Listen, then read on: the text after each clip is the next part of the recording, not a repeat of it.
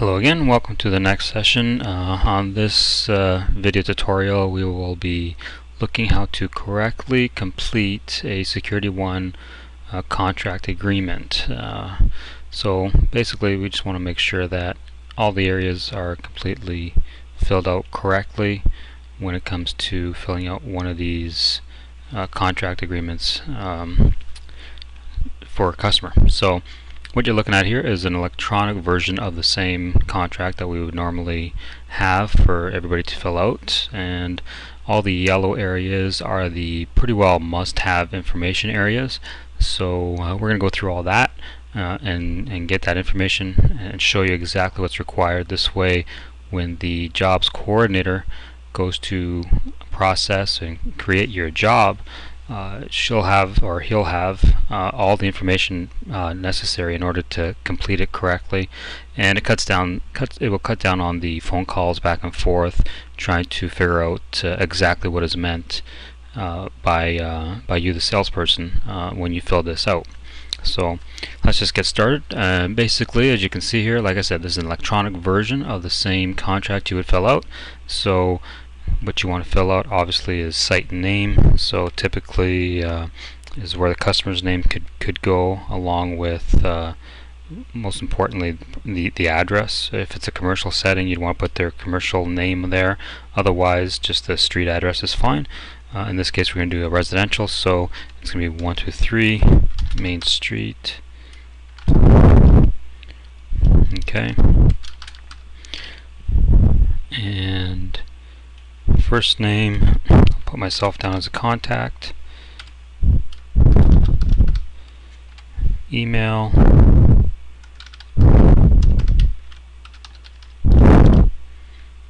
And over here you have customer number and system number. So here, where you're going to get this information is really when you create the customer from a prospect. So when you're at this stage, you're going to go resolve your prospect because you've sold them. That you're going to take this information here, and I'll show you where. Close opportunity, inactivate prospect, and create customer, save. So now what it does is it automatically creates a customer number for this new or newly converted prospect. Oops, let's get this here. It's residential. So there's your customer, auto-generated customer number that you'll be entering into the contract. Okay, 102,592.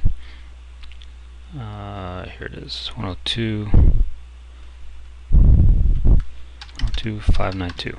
That's the number you enter there. The system number, that'll be put in by the job coordinator. Okay, so that person will contact our central station and get a number that's available in order to complete that.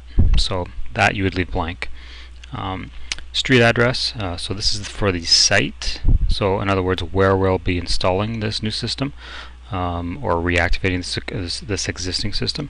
So here, in this particular case, it's the same as the site name, Main Street, and the city. Call it Leamington, Ontario. Postal code, and let's like anything, you want to make sure you have clean and clear and accurate information. Their phone number,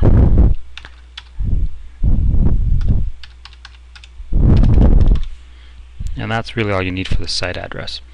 Over here, the bill to address is this information very, very important in that we need to know if it's different than the site. We really need to make sure that we have all the correct information here. But even if it's the same thing, you want to put the person's name that has the ability or the authority to pay any invoices and receive any invoices and statements from us. What the address is that it should go to. Let's keep it the same. Yes, you could use the word same, but I want to make sure that everybody understands exactly how to, or what's expected, just so that there's no mistakes. Phone number, same thing.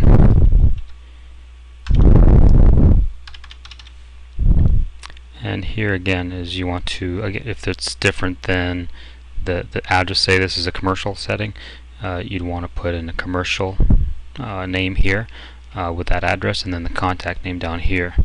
So I'll just put same just to cover it, and my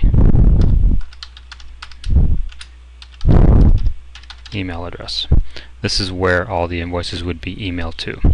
The next section here is very important. Basically, it lets the installer, the central station, the installer, central station, actually operator, and jobs coordinator, gives them a much more detailed look at what's going on, what we're activating, what the plan is. So we have to start monitoring. What type of monitoring is it? Residential, commercial, industrial, greenhouse, commercial fire. Which one is it? In this case, it's residential. Some commercial greenhouse accounts have a limit on the amount of signals that can come in, and then there's a charge for that per extra signal. Those numbers would be put in here. That's pretty customized, so you'd want to, when you come across something like that, you want to confirm with the sales manager as to what type of charges to apply. The next thing is the communication circuit. Again, very useful for our technicians. You want to indicate here if it's a Bell line, a traditional phone line that's going to be tied into. And if so, which one is it? It could also, is it a cable or an internet provider that is providing the phone service for this customer? If so, make note of it here as to which one it is. Because there's certain things you have to keep in mind when doing a magicJack versus a Cogeco versus Bell Canada. So just make sure you indicate it at this stage. If there is a cellular module being put in, you want to indicate it here, or IP if here, and if an IP, you want to indicate whether it's supervised or non-supervised. And then here you put in the rate for that line. So let's just backtrack a little bit here, and so here residential, our standard rate is $21.50. Phone line, if it's by Bell, you wouldn't have to put anything there, but if we are providing cellular or IP as a form of communication, and let's in this case say IP non-supervised, refer to your price guides and you'll see the $5.99 rate to be applied there. The next line is equipment rental. So not really used too much for the alarm portion, but definitely used when it comes to GSM. So if this person is going on a GSM or cellular or IP and it's a rental unit, you'd want to indicate that here at this stage, or if there's any other type of rental unit being applied as well, it'd go here in this field here. So it could potentially look like this if it's a cellular customer. Right, it could be $12.99 per month. Right, so as you can see, it always subtotals and totals it after tax for you as well. Also, any other services that are being provided, so e-notify, open close reports, supervised open close reports, or any other services that aren't listed here, this is where you would put it with their corresponding dollar value in this section. So let's say e-notify, $5. Okay. Total Connect, if they are activating a Total Connect service, you'd want to basically select the service in which they are getting. If they're also getting home automation as well, i.e. the Z-Wave devices, you want to indicate it here. If they are bundling services, and for example, they're getting video and Total Connect services, we have this Bundle Plus, which accounts for a certain bundle. In this case, it's $14.99 to get this bundle. Or if they're just getting video, you'd indicate it here. So let's say that they're just getting the basic service. So that's $3.99, and there you go. Maintenance agreement, same thing. If they're getting an over and above warranty or extended warranty, or a ULC listing, you'd want to indicate that information here along with the dollar value that is associated with it. And then so on and so forth with response services. If they need a police certificate, need to get their initials, guard response, ID, things like that. this information would all go here. Your billing cycle, you'd also want to select if it's monthly, quarterly, whatever. In this case, if it's a promotional, all promotionals have to be monthly. It's a standard policy, so we'll just pick monthly, even though this is not a promotional. We'll just start there. And the beginning date of when the recurring should start. So let's just put in 4/1/2014, so April 1st. Then here you can put any comments. So say, for example, any special instructions regarding any of the monthly fees you'd want to indicate here. So we're going to give this customer 3 free months of monitoring. Okay, so that you want to indicate there, because we had to give away 3 free months. You want to note it there so that when we go to convert this, the person knows in order to account for that. The next section, you're looking at the contact name. So this is the responder list, key holder list. So you want to put down who to call in case an alarm does go off, what type of phone it is. Let's put cell, and 519-888-8888, and in the order in which you want it placed. Okay, then you would, same thing, if you have a second phone number, that's a work number, for example, you go in here and you put in 519, whatever it is. Okay, their passcard information here, if they are a key holder or just an authorized person. In this case, it can be both. And from there you would list any other people in the order in which you want the phone calls to happen. Okay. After that, in this section is more of a description. Here is typically where you would indicate refer to quote number AAA 5555, and you can put in the amount there of $750 or whatever the amount was agreed upon. Okay, and you really don't have to get into this aspect of it. Where you would do is you could do something simply like this, or if you don't have a quote ready and it's being done without a quote at this stage, you want to refer to what type of system we're selling. So Lynx Essential System, and 2 doors, 1 motion key fob, free key fob. Oops. Again, any kind of special instructions that you need to note that is being agreed upon between the customer and yourselves, this and Security One, to hold them something that's relevant to the contract. Okay.